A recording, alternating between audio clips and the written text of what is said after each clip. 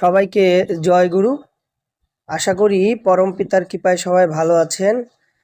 আজকের আলোচ্য বিষয় অমিয় বাণী গ্রন্থ থেকে পৃষ্ঠা নং 15। আমি আরও একটা জিজ্ঞাসা আছে।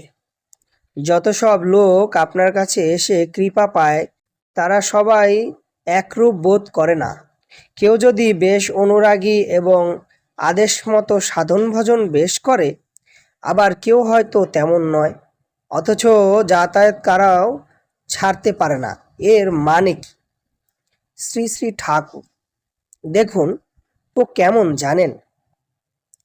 যেমন একটা বিড়াল কি কুকুর যদি আপনার দিকে সুমুখ করে লেজ নাড়তে নাড়তে কাছে আসে এবং কথা মতো কাজ করে, সে আপনার অনেকটা দেখতে পায় ও অনুরাগী হয়ে চলে।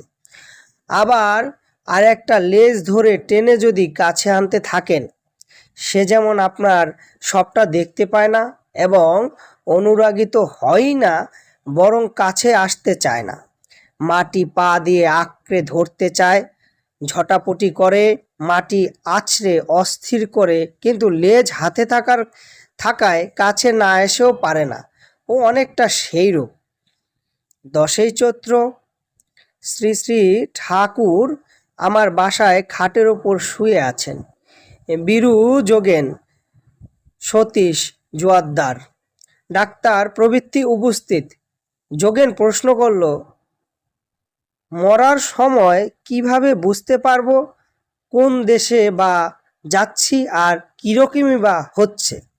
শ্রী শ্রী ঠাকুর, চিত্রগুপ্তের কথা শুনেছেন তো?